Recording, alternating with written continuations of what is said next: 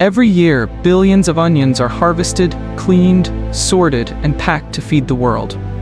From the dusty fields of California's Central Valley to the high-tech factories that prepare them for kitchens and restaurants, onions go through an incredible journey, filled with engineering, labor, and precision. But how exactly are these humble bulbs grown, harvested at massive scale, and prepared for market? Let's step inside the world of giant onion farms and industrial processing facilities to discover how it's all done. Coming up, the massive harvesters that pull onions from the ground at lightning speed, the drying tunnels that extend their shelf life, and the high-speed sorters that grade thousands of onions per minute.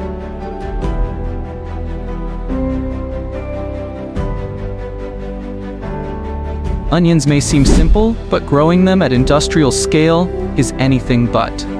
The journey begins in rich, sandy loam soils across major onion-producing regions like California, Idaho, Washington, and Georgia. Each spring, onion farmers plant tiny seeds or young transplants in long, evenly spaced rows across hundreds or even thousands of acres.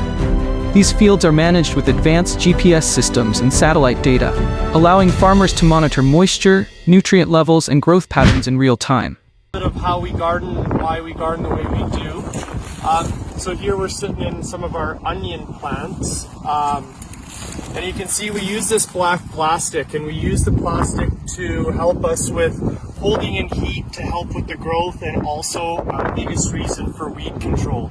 Because as you can tell, you only get a few weeds around the onions, so it's super easy for us to just come quickly, pull out any little weeds that are starting to pop up that are going to grow around the veggie. So we just clean them up real quick every couple of days so they're nice and clean.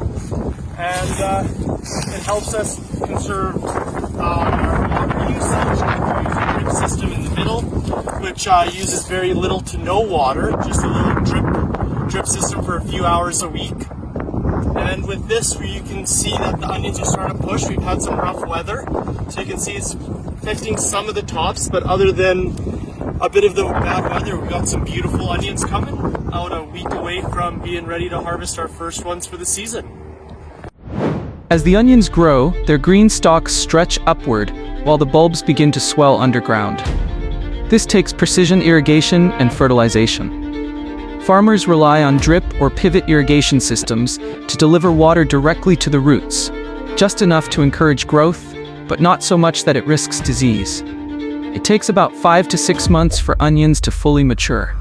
Once the tops begin to yellow and fall over, it's a sign that the onions are ready for harvest. Harvesting onions on massive farms is a race against time. Using powerful machines called onion windrowers, workers first cut the tops off and loosen the bulbs from the soil. The windrowers lift the onions from the earth and lay them in neat rows, called windrows, across the field. These windrows are left to dry naturally in the sun for several days. This curing process helps the onions form a protective outer skin and reduces moisture, improving shelf life. Once cured, specialized onion harvesters come in. These giant machines scoop up the windrows and use conveyor belts and shaking screens to separate onions from dirt, rocks, and debris. Inside the machine, rubber rollers and air blowers gently clean the onions as they move toward the collection bin. In high-volume operations, these harvesters can process up to 60 tons of onions per hour. From there, the onions are loaded into massive wooden or plastic bins and transported by truck to a nearby packing facility.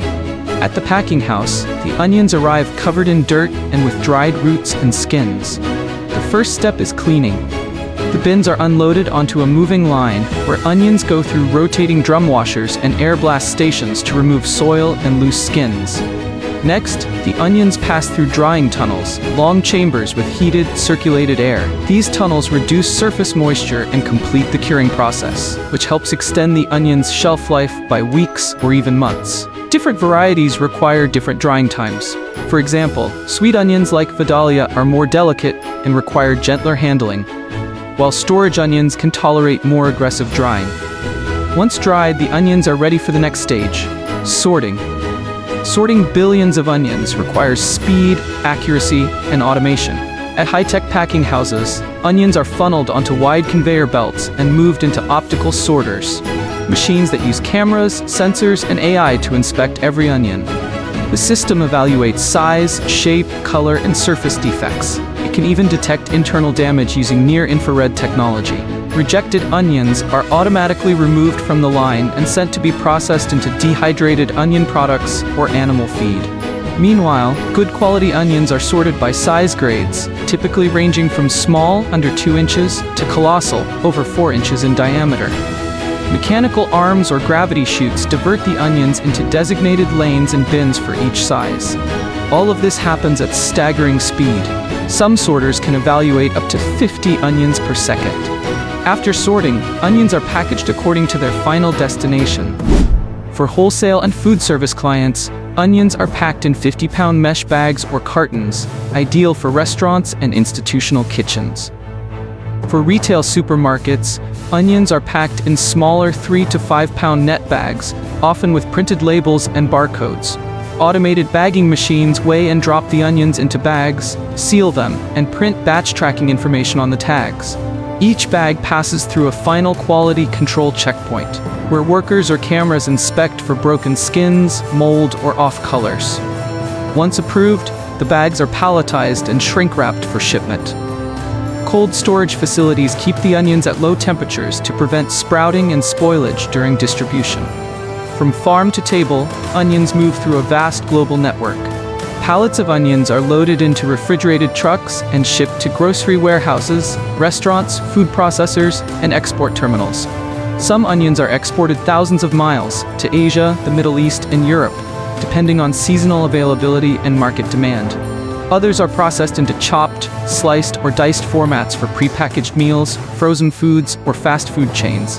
And still others are dehydrated and turned into onion powder or flakes, used in soups, sauces, snacks, and seasoning blends. In every case, traceability is critical. Each onion batch is tracked using barcodes and QR codes that trace its origin back to the specific farm field and harvest date.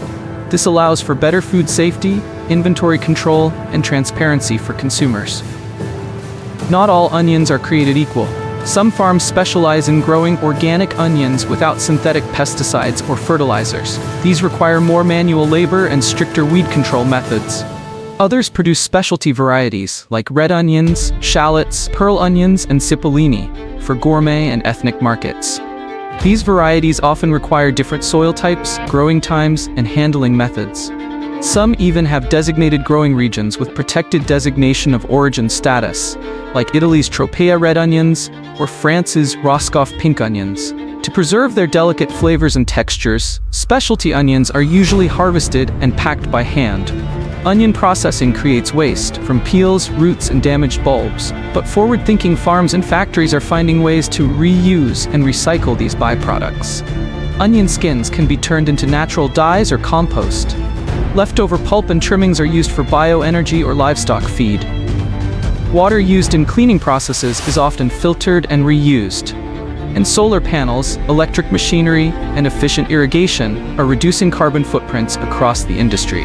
Some farms even use predictive AI and robotics to optimize planting schedules and yields, reducing input waste and maximizing output.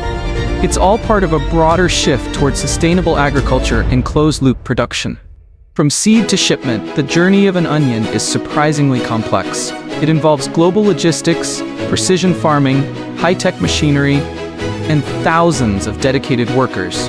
The next time you slice into an onion, whether you're making soup, sautéing vegetables, or topping a burger, remember the journey it took to get to your kitchen. Billions of onions, harvested and processed with care and innovation every single year. That's how it's made.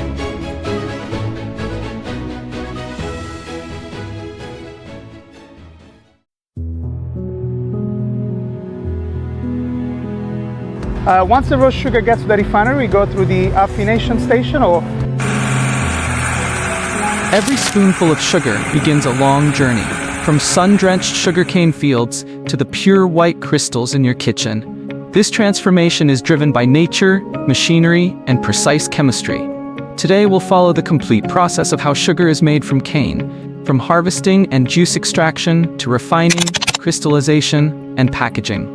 Sugar begins its journey in the fields, where vast rows of tall green stalks sway under the tropical sun. Sugarcane thrives in warm, humid climates and is primarily grown in countries like Brazil, India, Thailand, and parts of the southern United States. Each stalk is essentially a giant grass, growing up to 10 feet tall and packed with sweet juice inside its fibrous core. Farmers prepare the land months in advance, planting cane either by seeds or cuttings from mature stalks. With proper irrigation, fertilization, and pest control, the crop slowly matures over the course of 12 to 18 months. By the time the cane is ready for harvest, its juice contains the highest concentration of natural sucrose. But this is just the beginning. When harvest season arrives, speed is essential. Sugarcane must be processed quickly after cutting, ideally within 24 hours, or the natural sugars begin to degrade, reducing both quality and yield. That's where modern mechanical harvesters come in.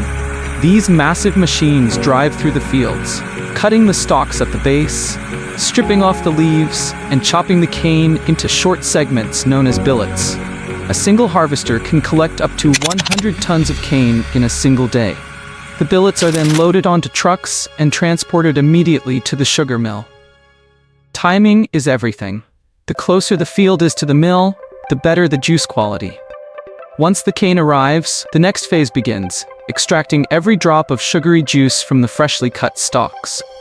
At the mill, the freshly cut cane is unloaded onto large conveyor belts that carry it toward a series of heavy-duty crushing mills. These mills use massive steel rollers to press and squeeze the cane, forcing out the juice contained within the fibrous stalks. But it's not a one-step process. The cane passes through multiple crushing stages, each one designed to extract more juice than the last.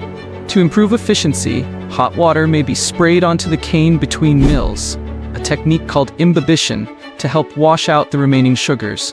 By the end of this process, over 90% of the juice is extracted. What's left behind is called bagasse, a dry, pulpy material made of cane fiber. But this byproduct isn't wasted. Bagasse is burned as biofuel to power the mill's boilers, making many sugar factories nearly energy self-sufficient. Meanwhile, the extracted juice, murky, greenish, and full of impurities, is sent on to be purified and clarified. That's where the real transformation begins. The raw sugarcane juice, straight from the crushing mills, is far from sweet and crystal clear. It's a cloudy, greenish liquid filled with bits of fiber, dirt, and organic compounds. If left untreated, it would quickly ferment and spoil. To turn this murky juice into something usable, the first step is heating. The juice is pumped into large tanks and brought to a boil at around 100 degrees Celsius to 212 Celsius. Heating helps to kill off microbes and prepares the juice for chemical treatment. Next, a carefully measured amount of lime, calcium hydroxide, is added to the hot juice. This raises the pH level and causes impurities, such as proteins, waxes, and suspended solids, to clump together and settle out. This mixture then flows into massive clarifiers, large settling tanks where gravity does the work. Over time, the solid impurities sink to the bottom, forming a layer of sludge that is removed and sometimes reused as fertilizer. The clearer juice, now amber in color, is skimmed from the top and sent onward for evaporation. While it may still look like syrup, it's now free from the bulk of impurities and ready for the next big step, concentration. Now purified, the sugarcane juice still contains about 85% water. Crystallization is where syrup turns into sugar. It's a carefully controlled process, part science, part precision art. The thick cane syrup is pumped into large vacuum pans, enclosed vessels where boiling occurs under low pressure. This allows the syrup to boil at lower temperatures, reducing the risk of burning the sugar and helping to control the size of the crystals. To begin crystallization, technicians add tiny seed crystals, microscopic grains of sugar that act as nuclei.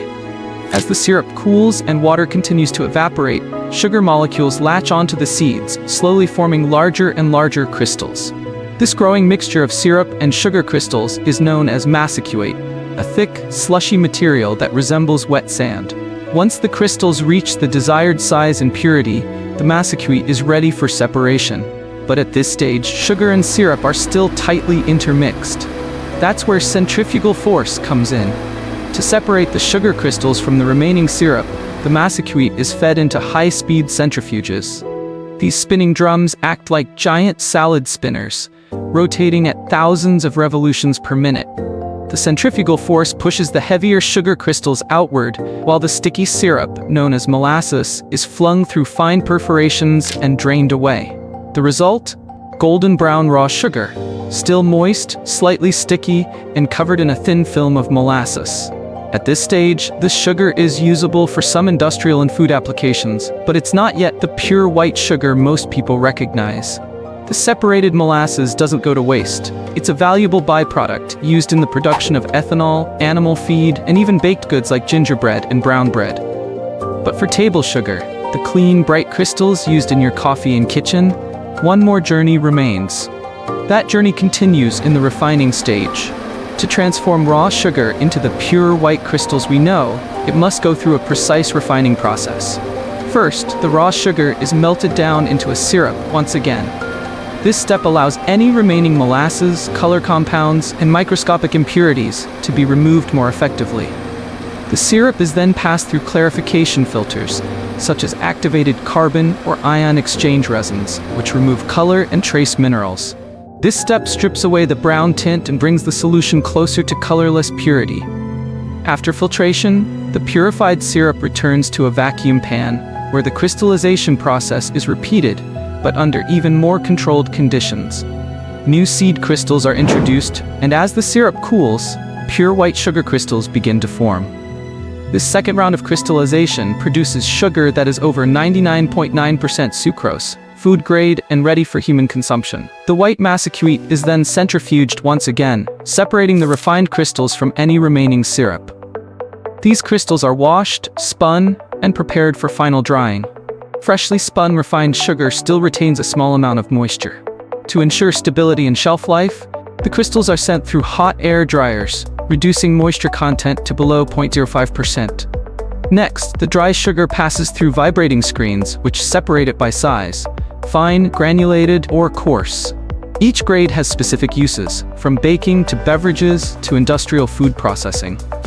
Oversized or undersized crystals are melted and recycled back into the refining process, minimizing waste. Once graded, the sugar moves to automated packaging lines. Depending on the destination, it's packed into retail bags, bulk sacks, or industrial containers. Robotic arms seal and stack each package efficiently for shipping. But before any product leaves the facility, it undergoes strict quality control tests, checking for purity, crystal size, color, and microbial safety. From field to factory, every grain of sugar is tracked and tested to ensure it meets international food standards. The result?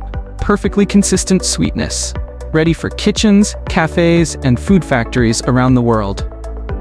If you enjoyed this behind-the-scenes look at how cane sugar is made, and want more in-depth journeys into the world of food, manufacturing, and technology, don't forget to subscribe to the channel.